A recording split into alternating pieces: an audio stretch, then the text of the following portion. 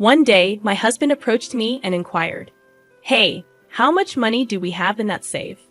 I couldn't help but chuckle and replied, probably around $500,000 in total.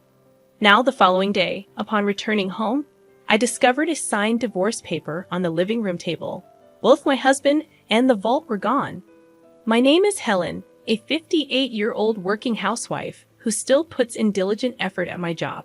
You see, my hobby is saving money. Ever since my childhood, my mother opened a savings account for me, teaching me that depositing money in the bank would make the numbers in my passbook grow. I found it incredibly enjoyable to witness this growth.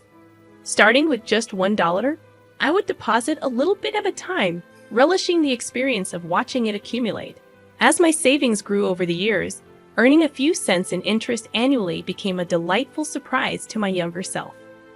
With a fondness for money and understanding how it works, I pursued a career as a financial planner, offering advice on asset management. One day, a college friend approached me concerned about an old childhood friend who was in serious trouble due to debt. They asked if I could offer some advice, and intrigued, I agreed to meet with him. This friend, named Mark, was a handsome man with a refreshing smile. He shared his story, confessing his love for gambling and the struggles he faced in making ends meet. Feeling sympathetic, I offered Mark some guidance. Given his precarious financial situation, I advised him to consolidate his debts and reduce his monthly payments to better manage his life. As my friend had asked for my help, I willingly lent a hand. Looking back now, I realized that perhaps I had developed a slight crush on Mark during our interactions. Little did I know that this would lead to a series of troublesome events. Against the advice of my friend, Mark and I decided to get married, believing that our union would help us face his debts together. Due to my stable income and financial expertise, most of Mark's income went towards paying off his debt. I made sure he severed ties with his parents to prevent the debt from escalating. Additionally, I provided Mark with a monthly allowance of $500. However, when Mark decided to cut ties with his parents, they responded with anger and resentment. His mother labeled him an ungrateful child, regretting ever giving birth to him. His father too expressed his discontent, desiring to confront me for what he considered thieving behavior. It was clear that they believed Mark belonged to them as a means to repay their debts. Exhausted from dealing with his parents' debt for so long, Mark finally stood up for himself, declaring he was not their ATM. He returned to me, feeling relieved to be free from their constant reminders of the financial burden. Soon after, we welcomed a son, Kevin, who bore a striking resemblance to Mark. Kevin became my pride and joy, but unfortunately, he inherited his father's lack of discipline and indecisiveness. Just as our son noticed Mark's carefree character, he also observed the never-ending cycle of borrowing money from predatory lenders, dealing with loan sharks, and tricking friends into lending him money for gambling. Our journey was not without its challenges, but I managed to keep Mark on track. Over the span of 23 years, we gradually reduced Mark's debt to around $10,000, nearing full repayment. One day, while on the verge of achieving our financial goal, Mark received a call from his parents. They informed him that his father had collapsed and was at the hospital. Concerned, Mark left work early to be by his parents' side. He messaged me, apologizing for breaking our promise and explaining the situation. I encouraged him to go and comfort his parents, assuring him it was all right. As Mark continued visiting his parents at the hospital, I provided him with a little extra money for the hospital fees they couldn't afford. It seemed my in-laws were struggling financially and relying on Mark for support. Although he withdrew a significant amount from our joint funds each visit, around $1,000 to $2,000 per month, I chose to let it slide, understanding their need for assistance. A year had passed since my father-in-law's collapse, and both my in-laws had aged significantly. They sought someone to lean on, and I suppose they found comfort in Mark's presence. Meanwhile, I continued my hobby of saving money. One day, I retrieved my bank book from the vault and smiled. Mark, who usually showed no interest in my financial endeavors, looked at me and asked, "Hey, How much money do we have in that bank account you always look at so happily? I casually replied. It's about $500,000 now. However, the next morning, I discovered divorce papers completed and left in the living room. Both Mark and the safe were gone. As I sat there having breakfast, I couldn't help but smile. I knew Mark had his eyes on the money in the vault, and he had planned to take it all. Imagining him attempting to carry the entire vault nearly made me burst out laughing. In our home, we had a black cat named Luna. We had installed a pet camera to watch Luna's adorable antics, which served as healing moments throughout my day. Luna provided a sense of comfort amid the unexpected turn of events. While watching the pet camera during my lunch breaks, I was always greeted by the adorable sight of my child. But one day, as I switched on the camera, something unexpected unfolded in our living room. My in-laws and my husband Mark engaged in an unbelievable conversation. "Oh, you live in such a nice house, Mark. Your good salary makes your mother so proud," they flattered him. Mark's father responded proudly, "Indeed, I make a decent salary myself. However, Helen takes it all, and I'm left with a mere allowance of $500 a month." "Are you kidding me? That's outrageous. You should be getting more," they exclaimed, sympathizing with Mark. "Why do you obey such a tyrant like Helen? You could live a much better life on your own," they continued. "Mark, you're our pride. You could have saved hundreds of thousands by now. But she's exploiting you? Poor thing." They manipulated him. Listening to their conversation, I wondered if they had completely forgotten that I had worked hard to pay off Mark's debts. I pondered what was going on in their heads. In the past, it was Mark burdened with debt from his parents, and I had to provide them with cash every month, making it challenging for us to get by. "Did you know she has a bank book with tons of savings? It's not fair that you only get $500. Mark complained, and in that moment, my in-laws' eyes lit up. They exchanged glances and eagerly leaned in, awaiting Mark's response. Last I heard, I think it was around $400,000 or $500,000, Mark answered. "Mark, isn't that money rightfully yours?" they asked, trying to persuade him. "It may not match the effort you've put in, but shouldn't you be receiving that money?" "Yeah, I guess you're right. I'm starting to think the same thing," Mark conceded. Despite his good looks, Mark was easily influenced and indecisive. In the past, I found this endearing and wholeheartedly devoted myself to him. However, it seemed he was being manipulated by his parents once again, and they were about to touch my precious savings. Witnessing this scene was incredibly painful. Tears streamed down my face as I sat at my desk at work, holding my phone. For the past 23 years, I had diligently set aside my own living expenses from Mark's income, primarily using it to pay off our debt. On top of that, I provided him with a $500 allowance from my own pocket. Despite explaining this to Mark, it appeared he had completely forgotten what the past 23 years had been for. I felt a deep sadness and pitifulness, as if I were drowning in my own tears in that moment. I made the decision to record the conversation and promptly sent the data to my son.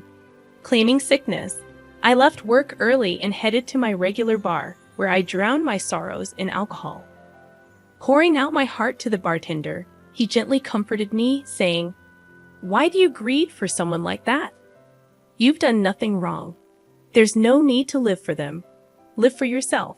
In that moment, my love for my husband and my intoxication faded away. "Thank you, sir. Next time, we'll share a pleasant dream," I said to the bartender before leaving. Returning home, I entered my study and began devising a plan to retrieve the bank book from the safe. I couldn't fathom how to accomplish it, but I was determined to show them hell. They should never underestimate me. Concentrating harder than ever, I knew that gathering evidence was the first step. From that day on, I diligently checked the pet camera every day, and slowly, the ugly truths began to surface. Instead of the woman my husband was having an affair with, my in-laws started appearing on the camera in our house. They were discussing their plan to take the bank book from me. "Is everything arranged to take that bank book from Helen?" they asked, grinning unpleasantly. "You're smart. You must have thought of something, right?" "Yeah, I have a plan. I'm thinking of taking the entire vault. It'll be easy, Mark responded confidently. But the safe is quite heavy. Are you sure you can handle it? His father questioned. I'll be fine. I'll load it onto a cart.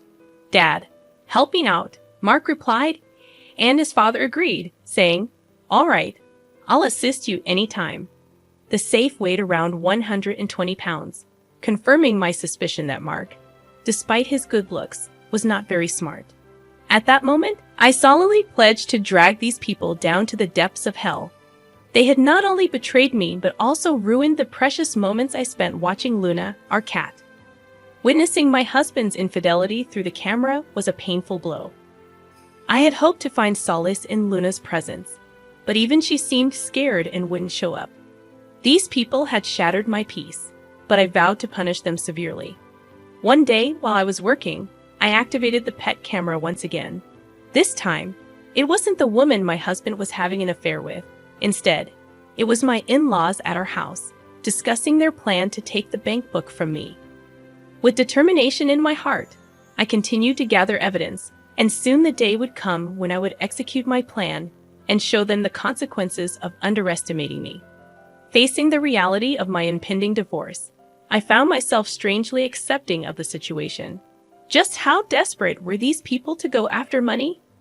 I sat at my office desk, sipping coffee, and recorded the scene on my phone screen.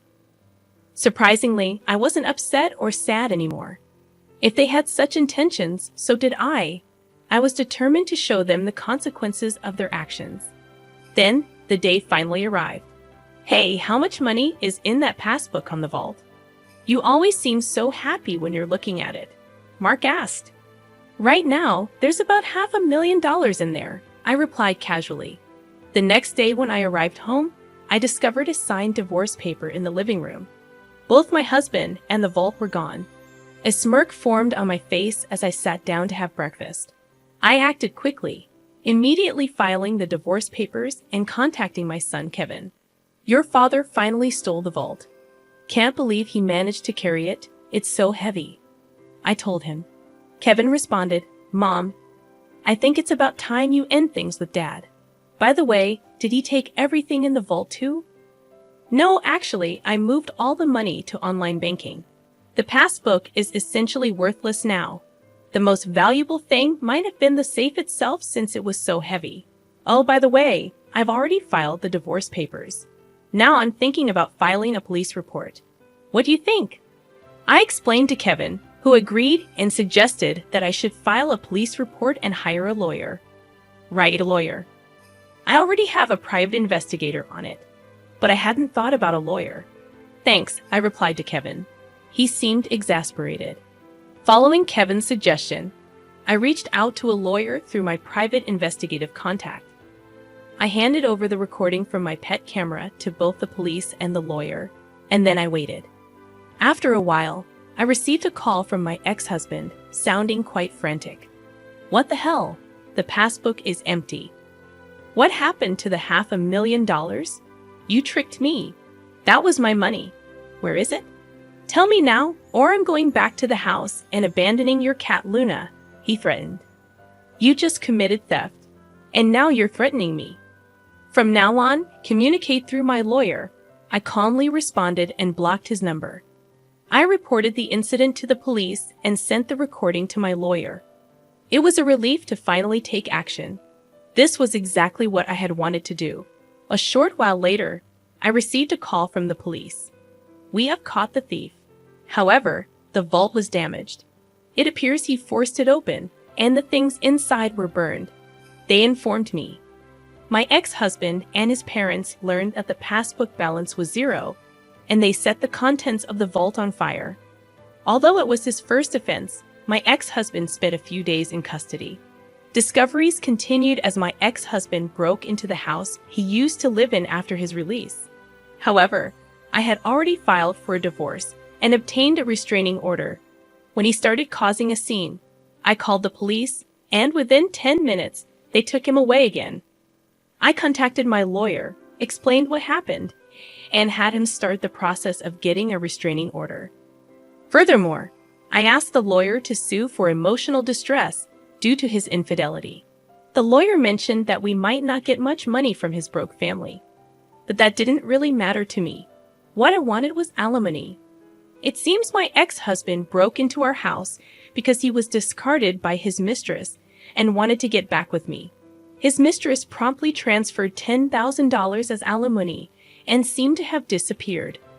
It appears they split after the vault incident, realizing that when the money runs out, so does the love. My underpaid ex-husband, who still has $10,000 in debt, and his gambling-addicted parents seem to be struggling with their daily lives. He is living in an old single-room apartment without a bath, constantly quarreling with his parents. This information came from my lawyer. My ex-husband pleaded with me, saying, "I can't afford to pay the alimony. Please reduce the amount." But I refused, telling him to stay away from me. "If you're really sorry, show it with money," I said. If he had stayed with me, he had planned to end the remaining $10,000 of debt by the time he retired. But he fell for the sweet talk of his gambling-addicted parents-in-law. In the end, how foolish they all were. The $500,000 in savings was the accumulation of my hard work since a young age. I find joy in saving small change and updating the bank book. Now I will start a new bank book. I am living a relaxed life with my black cat Luna. My son visits occasionally and tells me about his girlfriend. This time, I am going to spend time for myself. I need to buy a new safe, one that's so big that a person can't carry it. Right, Luna? I am the happiest I've ever been.